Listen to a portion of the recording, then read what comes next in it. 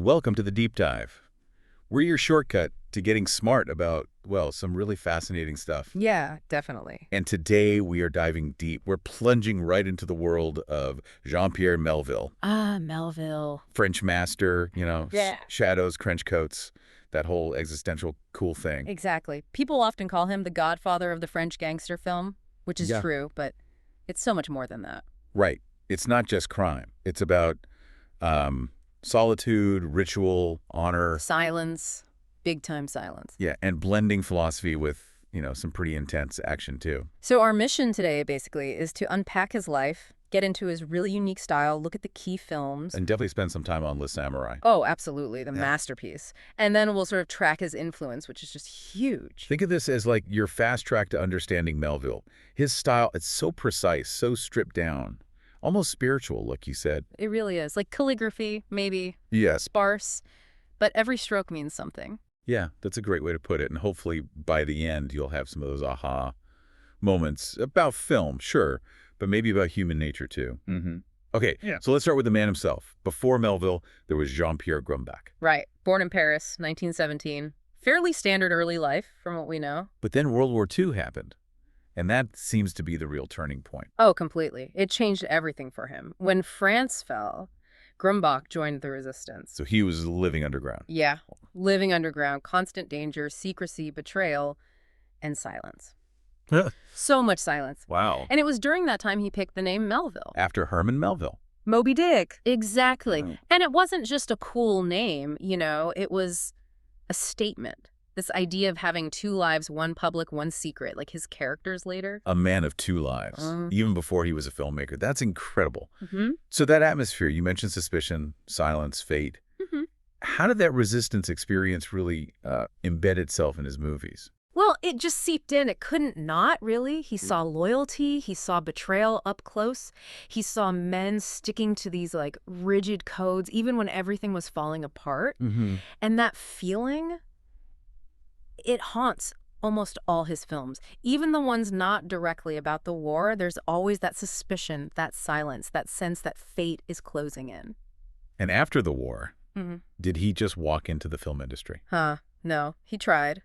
But the French system was really rigid back then, and they basically rejected him. So what did he do? He just did it himself. True independent spirit. Set up his own production company, built his own small studio, Wow. and started making films completely outside the system. This was before the French New Wave, remember? Right, before Godard and Truffaut were breaking the rules. Exactly. He was already embodying that spirit of rebellion, of doing it your own way, way ahead of the curve. That's amazing. So, okay, let's talk about that style.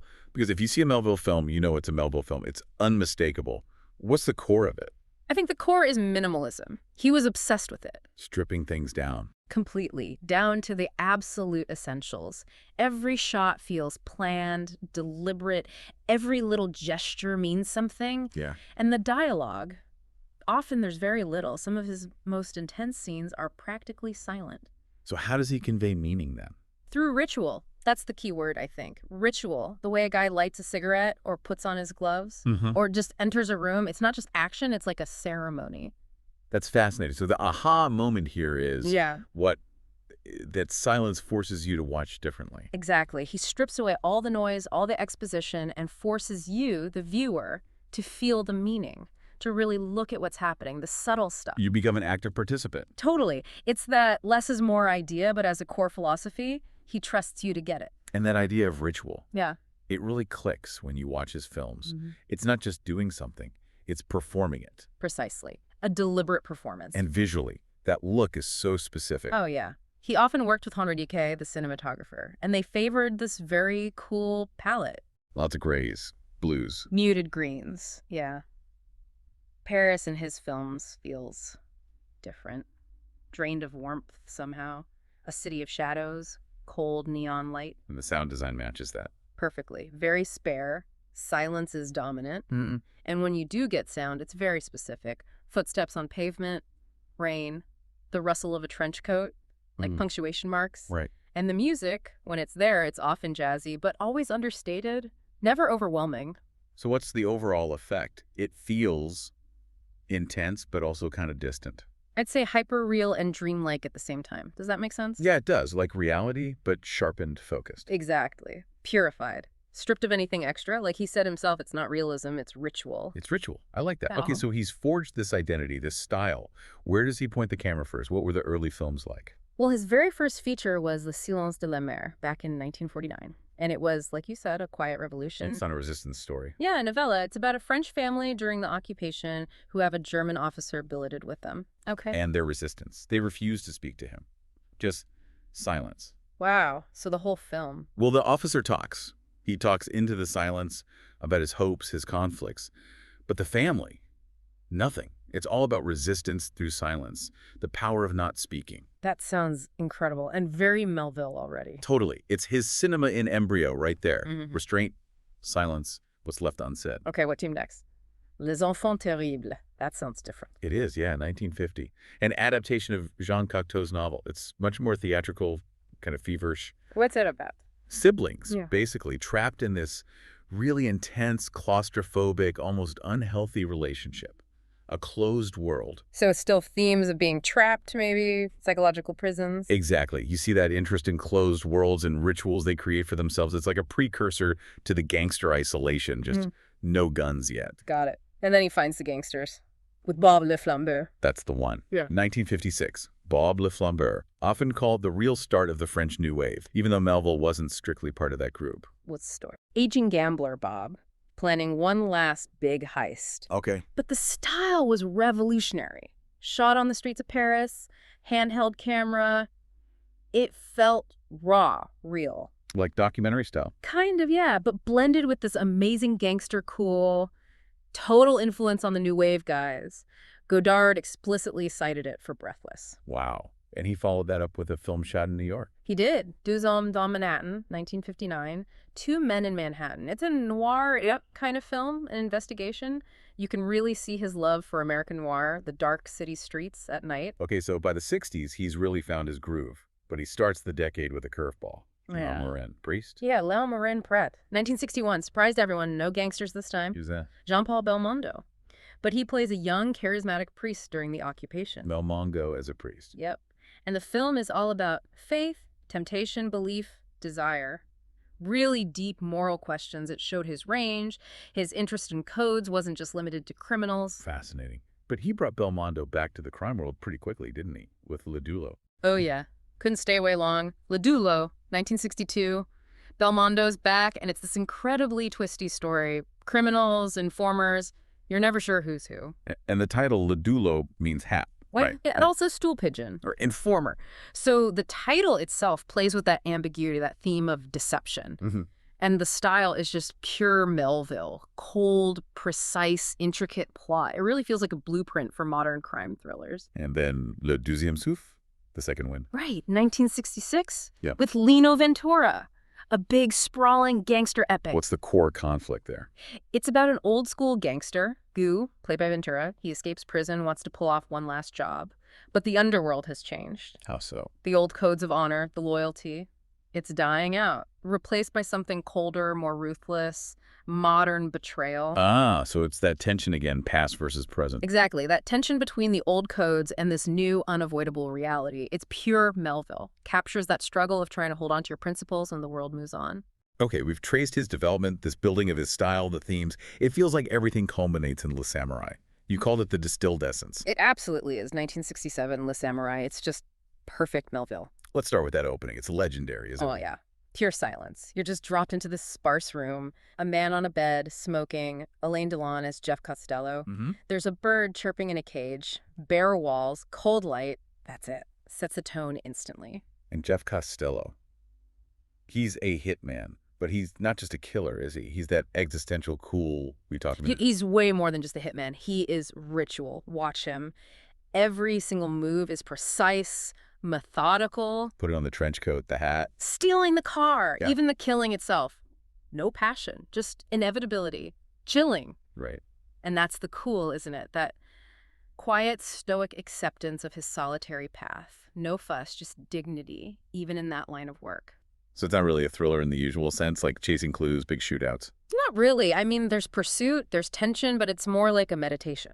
On what? On solitude, on fate, on living by a code. Jeff barely speaks through the whole film. Yeah, Delon's performance is so minimal. Exactly. The police are after him, the people who hired him betray him.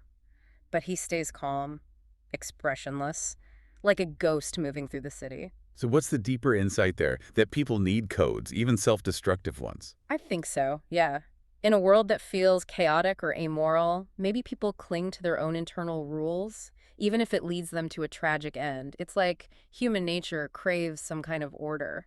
Melville really taps into that. And the look of it. You mentioned the colors before. Stunning. He really drains the color here. Cold blues, grays dominate everything. Makes Paris feel different. Totally unreal, like a dreamscape almost. Yeah. The visuals perfectly mirror Jeff's internal emptiness, his isolation. And the title, Le Samouraï.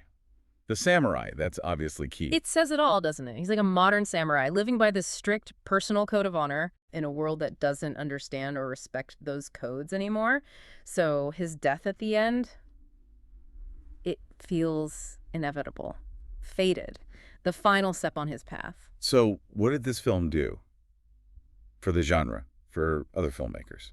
Oh, its influence is just massive. You can't overstate it. The Goo. John Woo, for starters, his whole thing with honorable killers, that comes straight from Le Samouraï. Right, the balletic violence, the codes. Jim Jarmusch's Ghost Dog is basically a direct homage. Yeah, the way of the samurai. Michael Mann. Think about Heat, the professionalism, the meticulous planning, the mood. Totally see that. Even Tarantino. Yeah. That cool detachment, the ritualistic feel, it's all touched by Melville. So it's not just influential, it's timeless. Completely timeless. You watch it now, it feels incredibly modern, more so than a lot of current thrillers, maybe because it hits those universal nerves. Isolation, the need for a code. After a film like that, where do you go? Did Melville return to the war themes? He did, straight back to it. Army of Shadows, 1969. And for many, this is his other masterpiece, his great resistance film. Based on a novel. Yeah, Joseph Kessel's novel. And it's about the French resistance, but it's not heroic in that, flag-waving way. How so? It's bleak, unromantic, full of paranoia and betrayal. It shows the cost, people living in shadows, hunted, making impossible choices. Sounds intense. Was it well received? Initially controversial. France was still kind of processing the occupation, and this film was brutally honest about the compromises, the internal conflicts, the betrayals within the resistance. But over time, it's been recognized for what it is. One of the greatest, most truthful war films ever made, because it doesn't flinch. And then back to crime again. Yep. Into the 70s, Le Cercle Rouge, The Red Circle in 1970. Another heist film. The ultimate heist film, maybe. Stars Delon again, Yves Montand, Lino Ventura, an amazing cast. And is known for? The heist sequence itself, it's incredibly long, almost half an hour, and completely silent. Wow. No dialogue, no music. Just the sounds of the job. It's pure Melville. Action as ritual, procedure as drama. It's mesmerizing, like a ballet of crime. In his final film. Unflick, a cop, 1972. And this time, Delon plays the cock, not the criminal. Interesting switch. Yeah. But the film feels different, colder, maybe a bit tired, almost funereal. Like a goodbye? Many people see it that way, especially since Melville died quite suddenly the next year, 1973, only 55. Only 55, wow. So just 13 feature films in total? It's not a huge number, is it? No, pretty measured output, but Yeah. the impact, immeasurable. How would you sum up that legacy then? Obviously the crime film stuff. Definitely. He inspired the French New Wave, even being separate from them. They admired his independence, his mix of American noir and French style. And he just fundamentally shaped the modern crime film. You see echoes everywhere. Man, Tarantino, woo! The list goes on. You see those cool, professional, solitary figures, and that's Melville's shadow. But beyond just influencing other directors, what's the deeper, maybe timeless contribution? I think it's bigger than just film technique. He proved crime movies could be philosophical, that they could really explore deep questions about human nature, about morality under pressure. And the silence. And the silence. He showed that silence could be more powerful than words.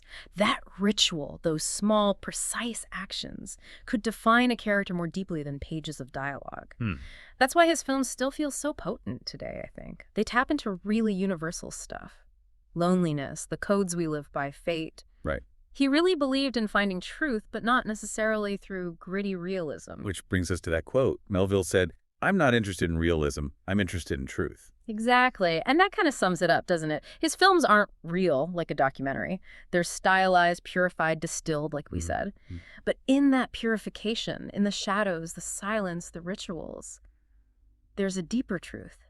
about solitude, about honor, about the codes we carry inside us, even when the world doesn't care about them anymore. So the lesson maybe, for anyone watching or even just living, Yeah, maybe it's that what's not said, or the small, deliberate things people do, can tell you more than all the talking in the world. Look beyond the surface. so think about that as you go about your day. What are your personal codes? The unwritten rules you follow? And maybe think about how looking past just the surface stuff might reveal something deeper, truer in your own life. A good thought to end on. Thank you so much for joining us for this deep dive into the incredible cinema of Jean-Pierre Melville. Been a pleasure. We really hope you found something profound in those shadows and silences.